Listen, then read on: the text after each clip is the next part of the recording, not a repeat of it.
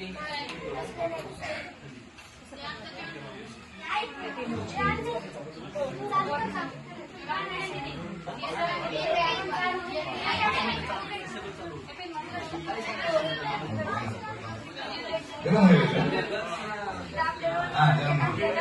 काय नाही किंवा व्यवस्था केलं पाहिजे कारण म्हणून यामध्ये विद्यार्थ्यांनी बाहेर थांबायचे सगळे विद्यार्थी बाहेर थांबा सगळे विद्यार्थी बाहेर थांबा